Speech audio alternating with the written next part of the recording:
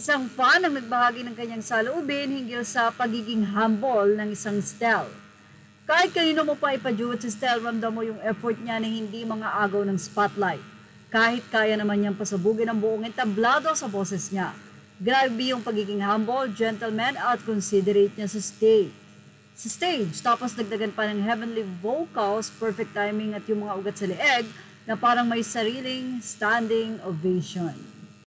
Anyway, nung nagpunta sa ibang bansa o sa Amerika para sa kanilang simula at wakas tour, ay sa Philippine Airline sumakay ang SB19. Kung saan nakakatuwa at nagpasalamat ang mga 18 or SB19 fans sa pagbabahagi ng Philippine Airline sa nasabi nga pong journey na ito ng mahalima o ng SB19. Ibinahagi ito ng Philippine Airline, yung kanilang pagsakay, yung pagbibigay nila ng mga cake sa SB19 na nagkaroon pa nga ng photo yan. So, tinanong pa nga ng ilan kung naka-business class daw ba sila. Yung ganitong alaga, di kahit long haul go na go. Well, parang hindi ko alam kung naka-business class sila, pero parang hindi. Mukhang normal lang yung kanila nga pong sinakyan. Regular, something like that. I don't know. Pero nandyan po sa mga photo, masasabi nyo kung business class ba ito or hindi. Ganun pa man, ganyan nga pong kahumble ang SB19. Hindi ibig sabihin na sila ay sikat na, sila po ay talaga namang magpapakasikat feeling, no?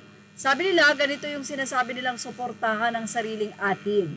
Private flight feels. Wow, congratulations Mahalima for getting this new sponsor from Philippine Airlines. So we don't know kung talagang endorser na rin ba ng Philippine Airlines ang SB19, pero mukhang gano'n na nga.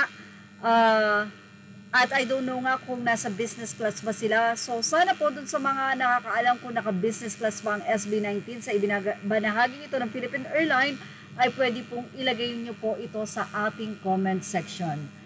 And yun, Philippine Airlines, hindi pa nga talaga nasasabi kung sila ba ay talagang kinuha ng endorser ng SB19, pero ngayon pa lang, sobrang marami nang nakaka-appreciate sa effort or pagmamahal na ipinakita ng PAL sa SB19. Appreciate the effort, Ninang Apal, happy to see the boys are enjoying themselves.